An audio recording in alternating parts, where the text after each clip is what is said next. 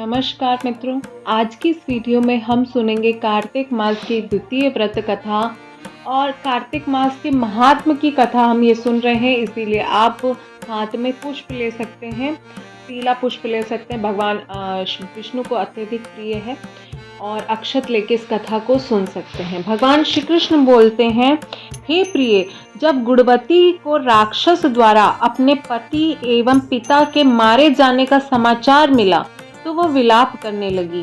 हे नाथ, हे पिता, मुझे त्याग कर तुम कहाँ चले गए? मैं अकेली स्त्री तुम्हारे बिना अब क्या करूंगी? अब मेरे भोजन वस्त्र इत्यादि की व्यवस्था कौन करेगा? घर में प्रेम पूर्वक मेरा पालन पोषण कौन करेगा? मैं कुछ भी नहीं कर सकती। मुझ विधवा की रक्षा कौन करेगा? मैं कहाँ जाऊँ? मेरे पास तो कोई ठिकाना भी नहीं रहा। इस प्रकार से विलाप करती हुई गुणवती चक्कर खाकर धरती पर गिरकर बेहोश हो गई। बहुत देर जब उसे होश आया तो वह पहले की भांति करुण विलाप करके शोक सागर में डूब गई।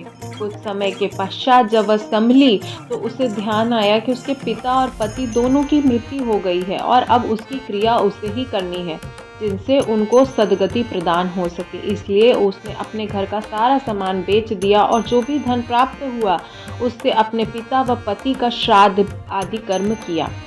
तत्पश्चात वह उसी नगर में रहते हुए आठों पहर भगवान विष्णु की भक्ति करने लगी। उसने मृत्यु प्राप्ति तक नियम पूर्वक सभी एकादशियों का व्रत किया और कार्तिक के संपूर्ण महीने उसने उपवास एवं कठिन व्रत के साथ तुलसी माता की सेवा की। हे प्रिय, कार्तिक और एकादशी के व्रत मुझे बहुत ही प्रिय हैं। भगवान विष्णु स्वयं बोल रहे हैं, भगवान कृष्ण स्वयं बोल रहे हैं कि हे प्रिय, हे सत्यभामा, एकादशी और कार्तिक का व्रत मुझे बहुत ही प्रिय है। इससे मुक्ति, भक्ति, पुत्र इत्यादि संपत्ति प्राप्त करने का मनुष्य पात्र बन जाता है। कार्तिक मास में जब तुला राशि में सूर्य आता है तब ब्रह्म मुहूर्त में उठकर स्नान व व्रत उपवास करने वाला मनुष्य मुझे अत्यधिक प्रिय है, क्योंकि यदि उन्होंने पाप भी किए हों तो भी स्नान व व्रत के प्रभाव से उसे मोक्ष की प्राप्ति होती है। कार्तिक में स्नान, जागरण, दीपदान, तुलसी के पौधे की रक्षा करने वाला मनुष्य साक्षात भगवान विष्णु के समान है। कार्तिक मास में मंदिर में झाड़ू लगाने वाला, स्वास्तिक बनाने वाला, भगवान विष्णु की पूजा करने वाला मनुष्य जन्म मरण के चक्कर से छुट्टी पा लेता है। इस प्रकार भगवान उसको माता को वर्णन कर रहे हैं। यह सभी बातें सुनकर गुणवती भी प्रति वर्ष श्रद्धा पूर्वक कार्तिक का व्रत और भगवान विष्णु का नियम पूर्वक पूजन करने लगी। हे प्रिय, जब उसे ज्वर हो गया, वह बहुत कमजोर हो गई, फिर भी वह किसी प्रकार में गंगा के स्नान के लिए चली गई तो गंगा तक पहुंची, परंतु शीत के कारण वह बुरी कांप रही थी, इसी कारण शिथिल हो गई। तब मेरे भगवान विष्णु दूत उसे धाम ले आए। भगवान विष्णु, मेरे यहाँ पर भगवान विष्णु के संदर्भ में कहा जा रहा है कि जब उसका शरीर एकदम शिथिल हो गया तो भगवान विष्णु के दूत जाकर स्वयं गुणवती को ले आए। तत्पश्चात ब्रह्मा आदि देवताओं से प्रार्थना करके मैंने कृष्ण का अवतार लिया तो मेरे गण भी मेरे साथ पृथ्वी पर आए, जो इस समय यादव हैं। तुम्हारे पिता पूर्व जन्म में देव शर्मा थे तो वो इस समय सत्राजित हैं।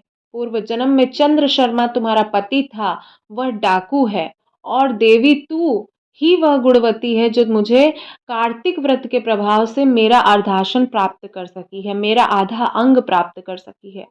पूर्व जन्म में तुमने मेरे मंदिर द्वार पर तुलसी का पौधा लगाया था। इस समय वह तेरे आंगन में महल में कल्प वृक्ष के रूप में विद्यमान है।